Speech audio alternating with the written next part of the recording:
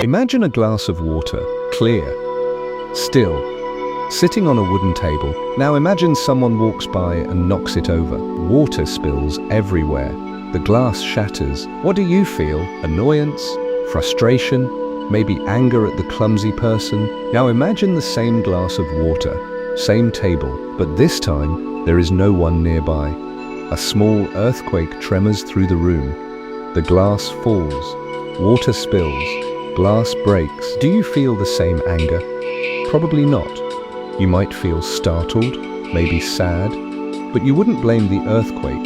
You wouldn't call it rude. Here's the question Marcus Aurelius would ask you. Why does your emotion depend so much on whether the cause has a face? Because that's the hidden trap. Most of us don't react to events.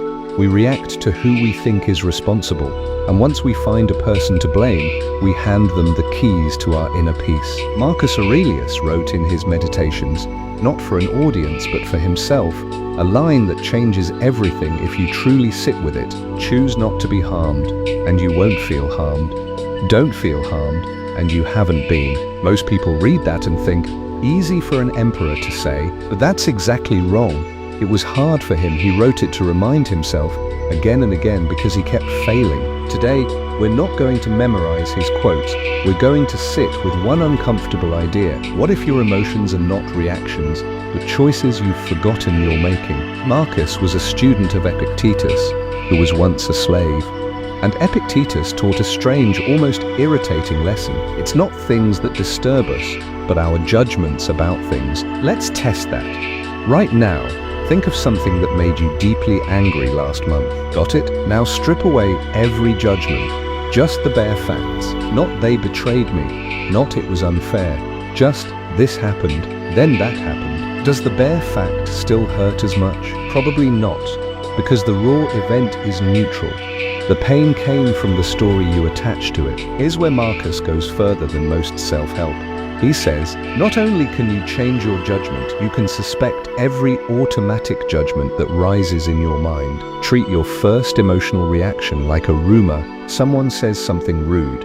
Your chest tightens. Your brain whispers, they're attacking you. Marcus would say, pause. Is that true, or is that just your first interpretation? He called this the discipline of assent. Agreeing only with impressions that have passed through reason. Most people live their entire lives assenting to every emotional impulse that arrives. They feel angry, so they are angry. They feel afraid, so they are afraid. But Marcus suggests a radical gap between the feeling and the yes.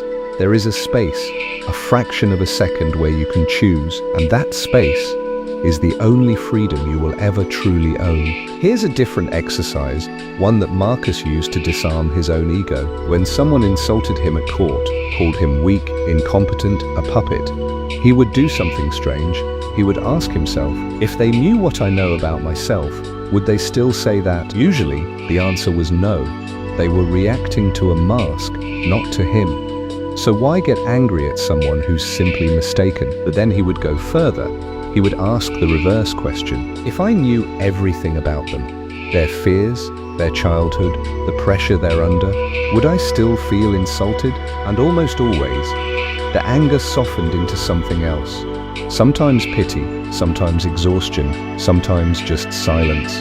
Try this tomorrow. Someone cuts you off in a conversation. Someone leaves a snarky comment. Someone ignores your message. Before you react, ask, what would I feel if I knew they just lost someone they love? What would I feel if I knew they were terrified of looking weak? You don't need to know the real answer. The question itself breaks the spell of automatic anger. Marcus wrote, when you wake up in the morning, tell yourself that the people you meet today will be meddling, ungrateful, arrogant, dishonest, jealous, and surly. They are like this because they cannot tell good from evil. Not an excuse for bad behavior, but a reset button for your expectations. You see, controlling your emotions doesn't mean becoming a robot. It means updating your mental model of the world from people should act perfectly to people act from confusion, fear, and blindness, including me. And when you truly accept that, the insults still land, but they no longer plant a flag. Now let's get uncomfortable. Marcus Aurelius was not a gentle, peaceful old man. He was a soldier. He fought wars. He watched people die. He ordered executions. And at night, alone in his tent, he wrote things like, "Stop allowing your mind to be a slave, to be jerked about by selfish impulses, to resent what happens and suspect the future." He was talking to himself because he struggled. Here's what most videos won't tell you. Controlling your emotions is exhausting. Some days you will fail, you will scream, you will cry, you will feel like a hypocrite for even watching this video. Marcus knew that.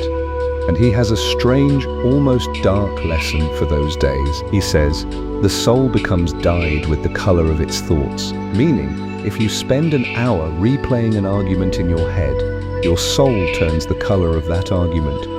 If you spend a day imagining revenge, your soul turns the color of revenge. But here's the twist. He's not telling you to think positive.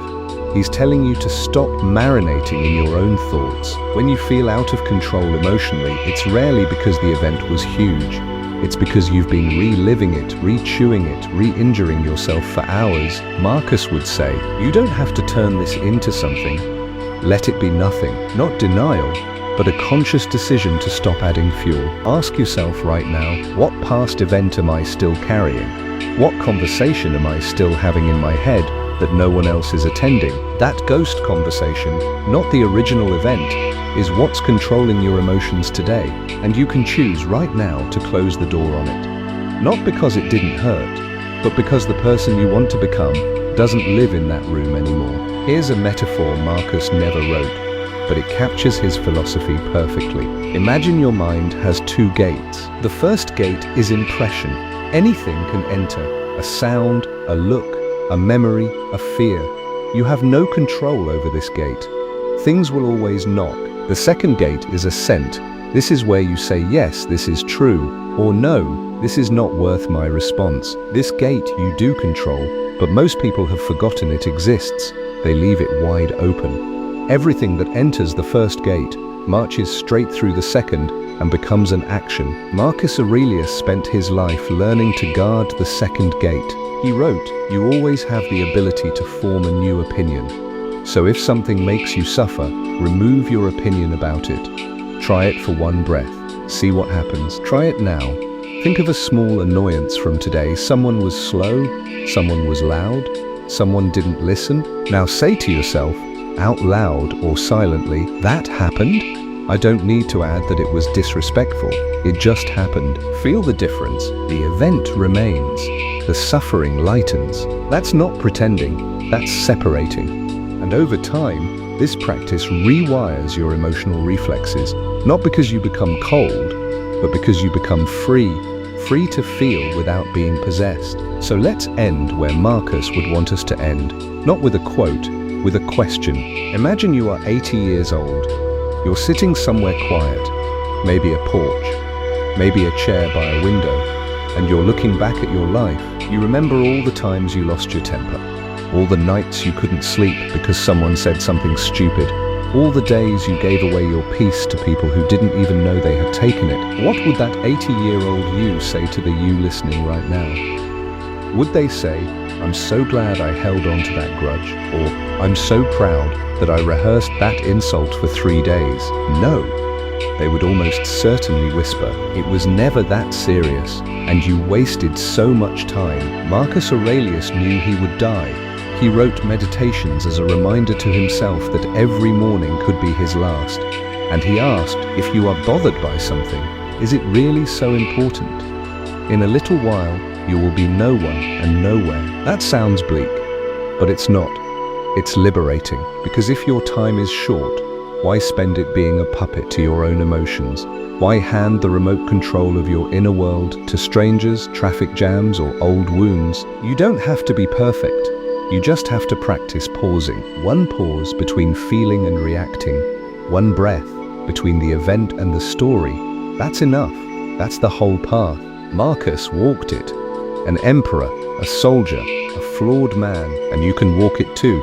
Not because you're special, but because you're human, and humans can learn to guard the second gate. So tonight, before you close your eyes, ask yourself one quiet question. Did I guard my second gate today? Or did I let every passing impression march through and take command? If the answer is I failed, good, that means you were paying attention. Tomorrow, you try again, and again, and again. That's the only lesson that matters.